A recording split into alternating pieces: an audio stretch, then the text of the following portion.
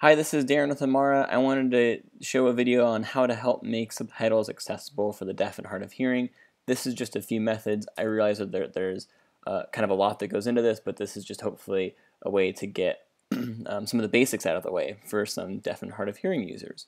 So when I think about making subtitles accessible for the deaf and hard of hearing, what I feel like is pretty common is a few things. One, identifying when there's someone speaking off screen. The other is to identify when there are sound effects that are happening in the video that someone who's deaf may not get from watching the video. Okay, so for this first example, let's just watch this video here. And you can hear there's piano music being played, so I'm typing in parentheses, piano music playing. It's pretty standard to make this all lowercase unless there's a proper noun in here. So if it was Sylvester Stallone playing piano, you would capitalize Sylvester Stallone. But in this case, since it's just some piano music playing in the background, we can put piano music playing. Additionally, we just heard the narrator speak right there.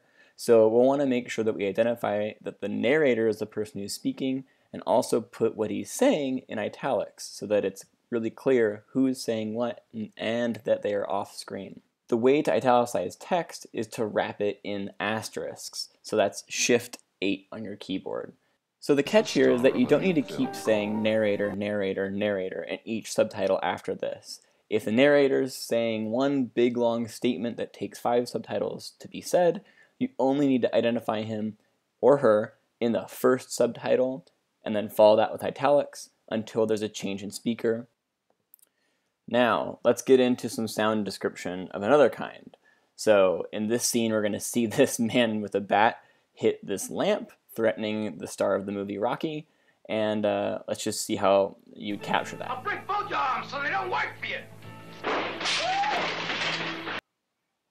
All right, I'm typing that out. And now I'm going to describe that noise.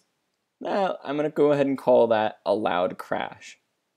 I can put that sound description on its own line by itself just to identify that it's something happening right then and there.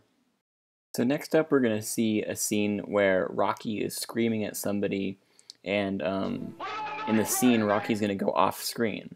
So what you actually want to do here is you want to put a speaker identification for Rocky when he is speaking, but since you've already seen him in this scene, you don't need to italicize the text because you know Rocky's in the same, space as the camera and where that scene is occurring. So there's no need to italicize this one, unlike the very beginning where you had to italicize that narrator.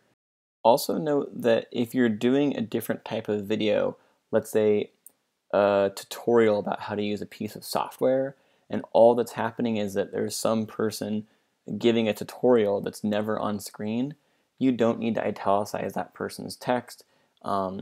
Based off of the context of the video, it's obvious that there's no on-screen talent and that whoever's speaking is always going to be off-screen. If you follow these few hints, you'll be making subtitles that are accessible for the deaf and hard of hearing.